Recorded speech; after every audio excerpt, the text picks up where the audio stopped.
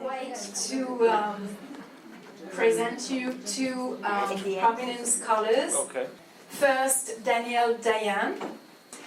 His lecture has a very provocative title: Anti-Semitism does not exist. Orchestrating Blindness in Contemporary France. So I'm not able to organize stories the way historians or political scientists do.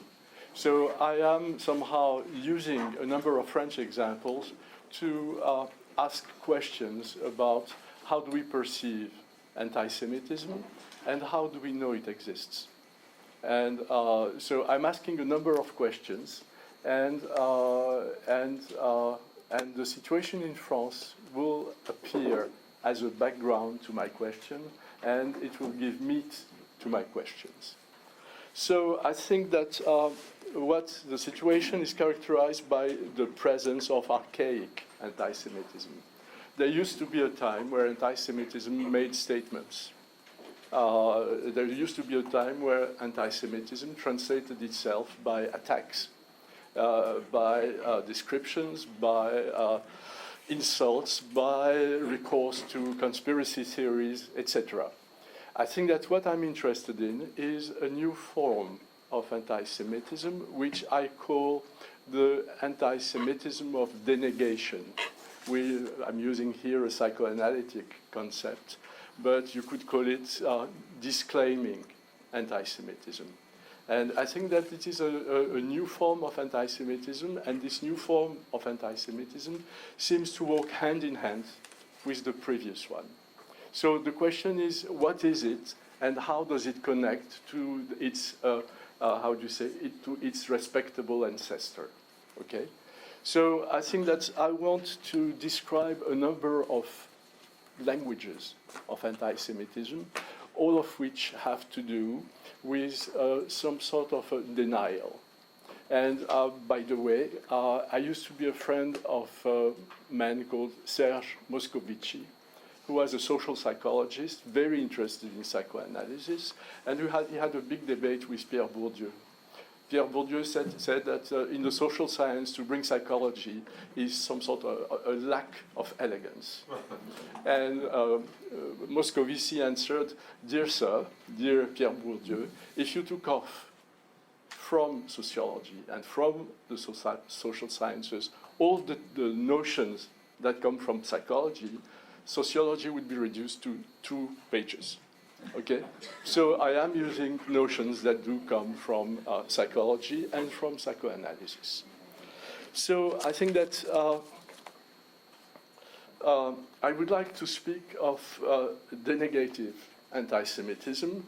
It consists in denying one's own anti-Semitism despite massive evidence to the contrary. Thus, while Jewish victims are bleeding to death in the floor of a kosher supermarket in Paris, the man who's killing them and who's menacing some others tells one of the clients of the supermarket, "Mind you, you should notice something. I'm not an anti-Semite." Okay?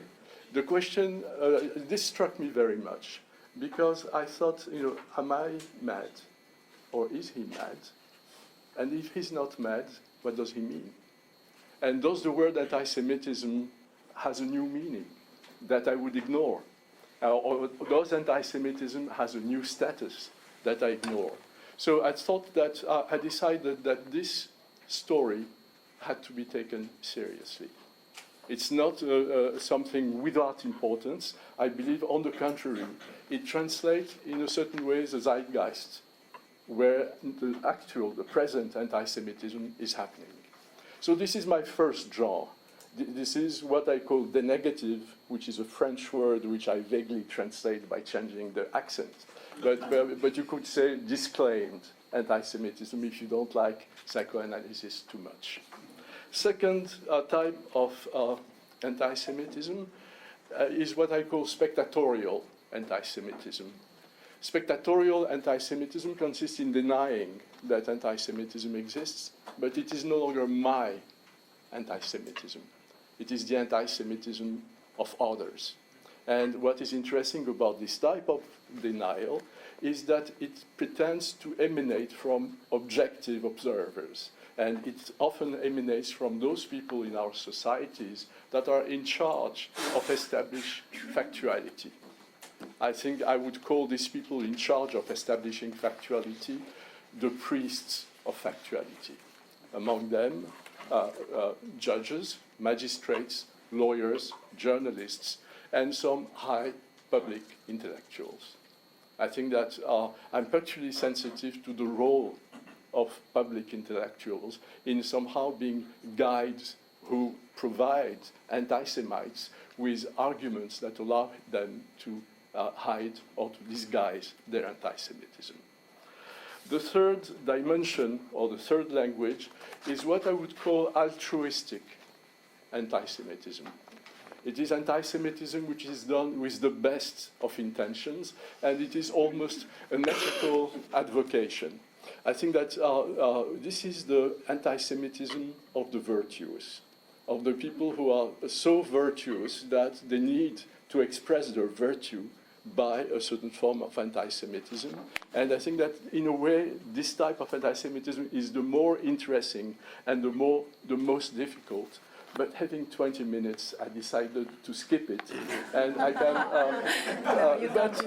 but I think it will come out probably at some point. And I heard a lot of questions this afternoon about this type of virtuous anti-Semitism.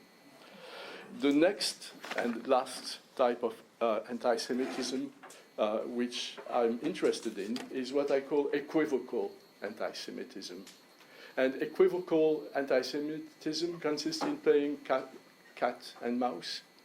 It consists in adding insult to injury. It consists in making an anti-Semitic statement and denying this statement while you are making it. Or it consists in saying, you know, I'll quote again Mr. Corbyn, who was already quoted this morning, when he tells a number of Jews that despite the long centuries they have spent with us, the Brits, they have not learned to understand British irony. And I think that it seems to me that first he's making a mistake because the Brits are not known for their irony. I would believe it is rather a Greek virtue. But the second point is you know, that when you say you Jews have not understood what I'm saying, I would call this, as a speech act, an apology. But what is very interesting is it is rare that you insult people in the very process of apologizing. In other terms, you Jews do not understand British irony. It's a pity, you dummy. Okay?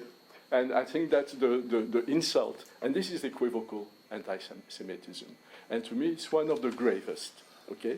Because it is really hurtful. And I'll try to bring a psychoanalytic theory that explains how it hurts and how much it hurts. Okay? So I've told you my story. I told you my story because I like to talk. I like to lecture, and sometimes I'm impossible to stop.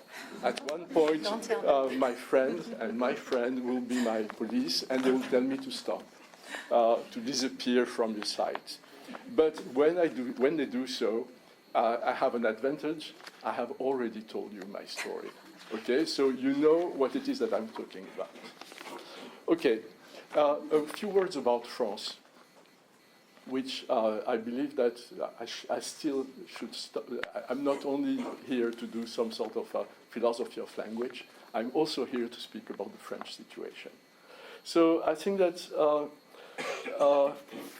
before saying my word on France, a little bit more, a little bit more of epistemology. And this comes from an experience I had. The fact of speaking of a blindness to anti-Semitism is doomed to be challenged. I was challenged when I mentioned it, and the answer was, "How do you know?" And I said, "What do you mean? What do I know?"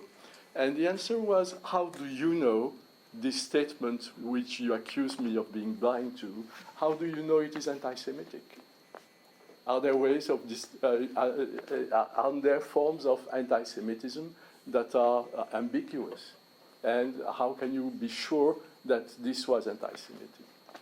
So I think that I try to take also this argument very seriously. Well, as you see, I tend to take all arguments seriously.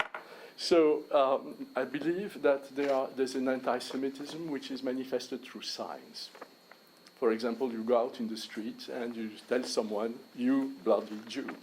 And you have an anti-Semitism which is manifested through deeds. You take an old lady and you throw her through a window. I think that both happened in France, in that the signs were used against Alain Finkielkraut, who was insulted very abundantly in the street, and the deeds were used against Mireille Knoll, who was thrown out of her window. What is very interesting is that the less important of these two acts was the insults, but it was the only one that was never challenged.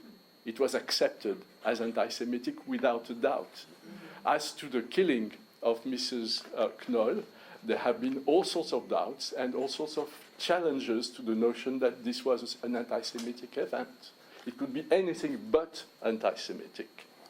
So I think that there's a problem to me, and one of these problems is a theory which I would call either-orism. You know, it is supposed to be either anti-Semitic or the act of a crazy person.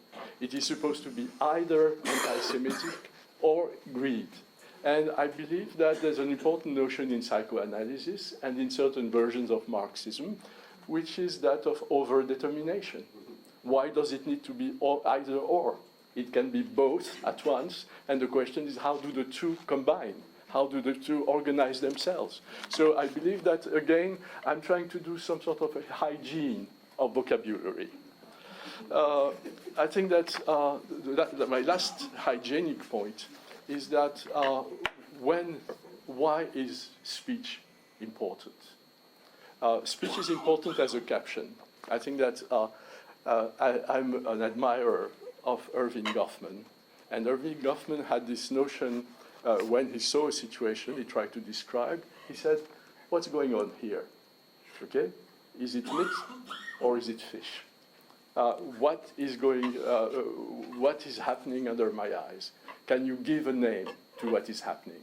And this is the major role of journalism, which is to identify things that happen, to give them a name, to be able to tell you, this is an act of terrorism, this is an elevator, this is an elephant, this is whatever, okay?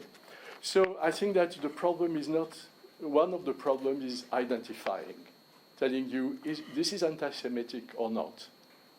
But the second problem, and this is the second dimension of language, is not only identifying an act as anti-Semitic, but it's to identify what sort of anti-Semitic act it is. In other terms, the problem of attacks, anti-Semitic attacks, is that they are recognizable as anti-Semitic by one dimension, motivation. There are reasons why people are attacking other people. And the problem then is a problem which is an important question for sociology, is that do we want to practice behavioral psychology, behavioral sociology that is describing things from the outside in a, quote, objective way, or do we want to practice comprehensive sociology? A sociology that becomes interested in the motives of the actors and why are they doing things. And I believe that this is a key question, that without a certain dimension of comprehensive sociology, we are missing the essential link. I mean, everybody knows that the young Muslim kids that are attacking Jews in France suffer terrible injustice. And they suffer in their everyday life, and they have no hope, no future. But there are very many of them, and not all of them commit anti-Semitic acts. So for those of them who do commit anti-Semitic acts, you necessarily have to take account of why. what is the facilitator? Max Weber said that the ideas are the railroads of history. What is the railroad here? What ideas? And I think that a type of sociology that misrecognizes ideas, or worse, that decided that ideas are not relevant, is a type of sociology which, in fact, uses motivations, but it uses motivation that it has hocus-pocused out of nowhere. Okay? And I believe that one of my points tonight is to attack this sort of sociology. So I think that French anti-Semitism has an interesting dimension, and it largely the rebirth. French anti-Semitism is a phoenix. It is in the process of being reborn, and it is reborn through a certain interesting phenomenon, which I call the rendering visible. That for a long time, Jews were somehow invisible because they had become part of the French fabric, the French society fabric. And what was interesting in the violence against Jews is that it has it had obvious, intentions, which was to harm Jews. But there was a serendipity effect. The serendipity effect was not harming Jews, it was making Jews visible, transforming Jews into an empty sign, a sign that is available for all sorts of interpretations. And of course, the discourses were already ready. There were already discourses that were, capable of using this empty sign and filling it with a content. So I believe this is, in a certain way, how anti-Semitism as a phoenix, the rebirth of anti-Semitism, started during the last years. And I believe that this visibility led to a certain process for which I'm inventing words to describe things. I think that there's a word called assimilation. And I'm inventing another word, which is dissimulation. How do you make someone dissimilar? How do you make someone, or I have another word, which is classical word, integration. And I invented another word, which is extegration. So I believe that the French Jews are in a process of extegration. They have become visible, and they have become visible very much in the way that I can again illustrate by referring to Corbyn. Because when Corbyn makes fun of the Jews and tells them, you dummies, you do not understand that I'm joking, you have been living among us for so many centuries and still do not know anything about irony.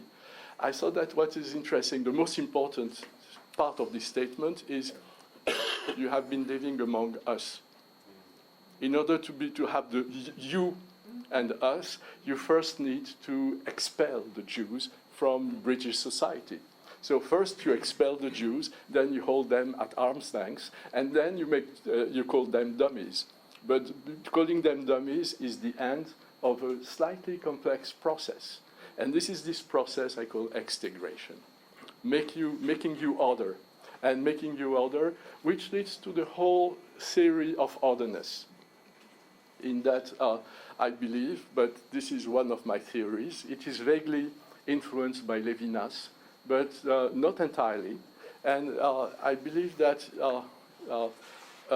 victimization and regard to the other has become a general element, regard vis-à-vis the other, of today's ethics.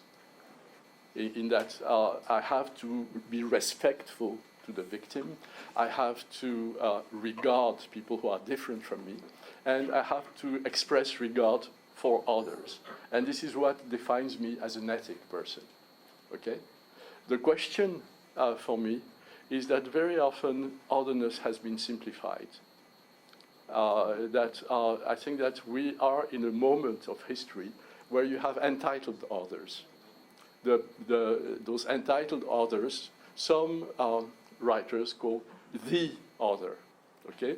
And what is interesting is that this fetishization of the other. At one moment in history, you have Mr. the Other, and Mr. the Other, I can give you his address, his name, and his identity. And as opposed to this entitled other, you have other others that are minor others. I would find another name, but the name, in fact, is part of the language. For a while, for a change, this is a word I have not invented. It is subaltern. Subaltern means another which is different from you, but does not deserve much regard because he is inferior. And I believe that we are in a situation in France where both Jews have been recovering the position of the other, but they are a subaltern other. They are an other that you can safely disregard, and you can disregard Jews without somehow insulting your own feeling of your ethical powers or of your ethical capacities. So I think that what has happened is this phenomenon of extegration in France. And I believe that one way, if you allow me to give a first illustration, is the word shouted to Alain Finkielkraut by the man who addressed him in the street, called Benjamin Weller. Excuse me, the translation is mine, so it's not, this is what he said it in French, but I have been a translator once in my life, so maybe it is okay. Bloody Zionist, cursed be your race. France is ours. France is ours. Bloody racist, hate monger. You are a hate monger. You'll die. You'll go to hell.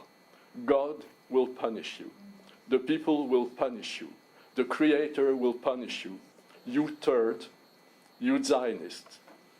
Okay?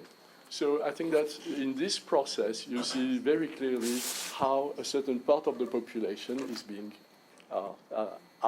ousted and somehow put at a distance. I think that there's another question, which is in France now, you have many anti-Semitisms of different colors, and supposedly they are not only different, but antagonistic. How could the anti-Semitism of the extreme left combine with the anti-Semitism of the extreme right, and how could both of them combine with the Muslim anti-Semitism? And I think that one important thing to me is that there are two processes of coordination. You have individuals, you have ideologues, and you have organizations that are in the job of coordinating anti-Semitism. And I think that you have a number of people like the wife of the terrorist Carlos, who's a lawyer, or you have the stand-up comedian Dieudonné. And what they are doing is somehow bringing different publics, trying to convince these different publics that their interests are the same and that their enemies are the same. And I believe that I should say one word about the invisible hand of the algorithm.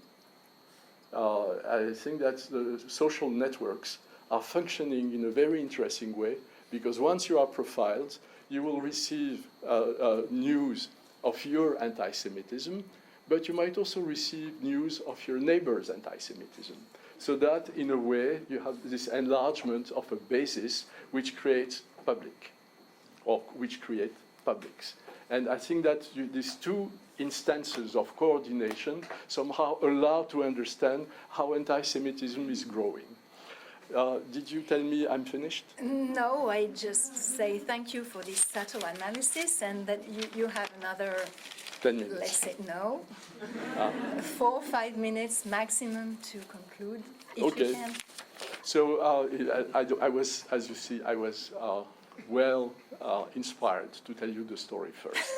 And now I think that I'm not concluding, but what I'm trying to describe, what I'll do is tell you a little bit about each of the genres of anti-Semitism I have addressed.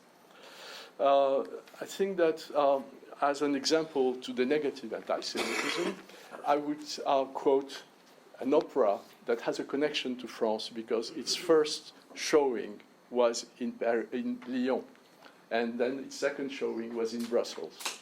And this is an American opera inspired by Peter Sellers and music by John Adams, and it is called The Death of Klinghoffer.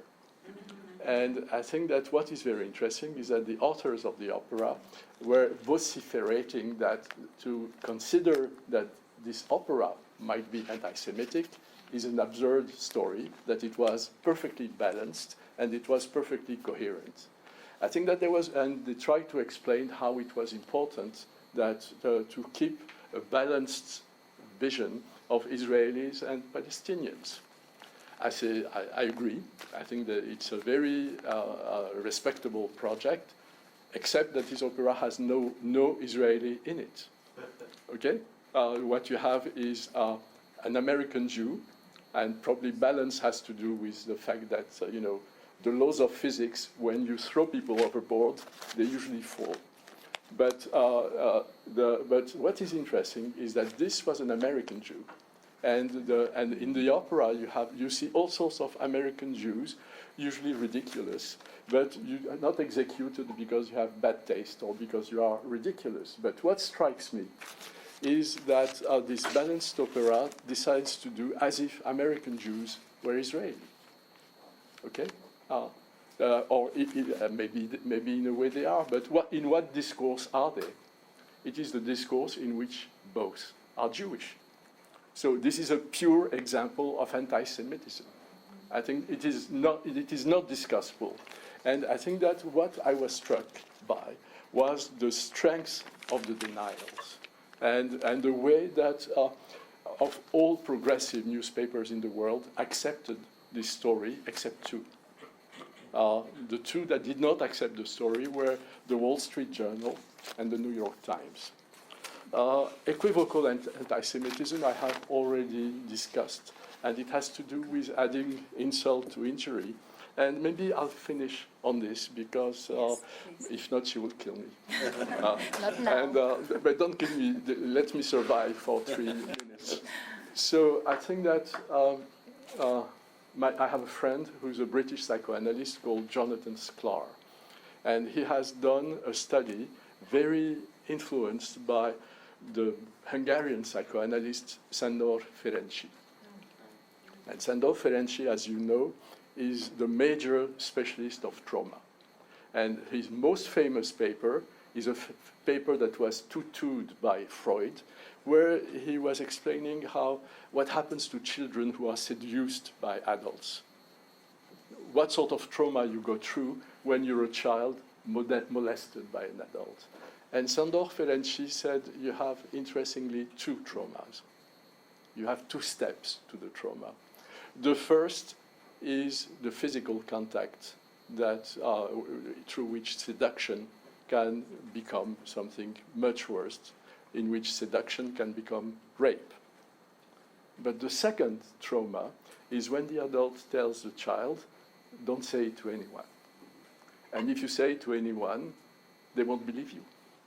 And if you say it to anyone, you should know that it is your fault. You were seducing me. I am your victim.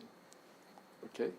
I think that's what Sklar did, and I think he was quite right, is to say that this phenomenon, this sort of seduction followed by silence, this way of silencing the victim and preventing the victim from talking, this was exactly what was happening also when Jews are victimized by people like Corbyn. Okay? First I insult you, and then I'll say, don't tell it to anyone because you're idiotic.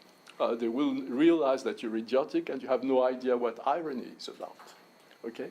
And I think to me, this situation is a situation which is immensely hurtful, and I'm finished.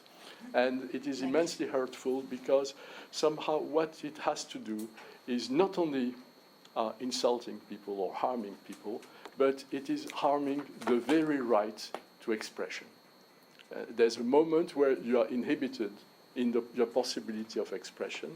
And I finish by a homage to a French philosopher who has written a beautiful book called Le Différent, Jean-François Lyotard.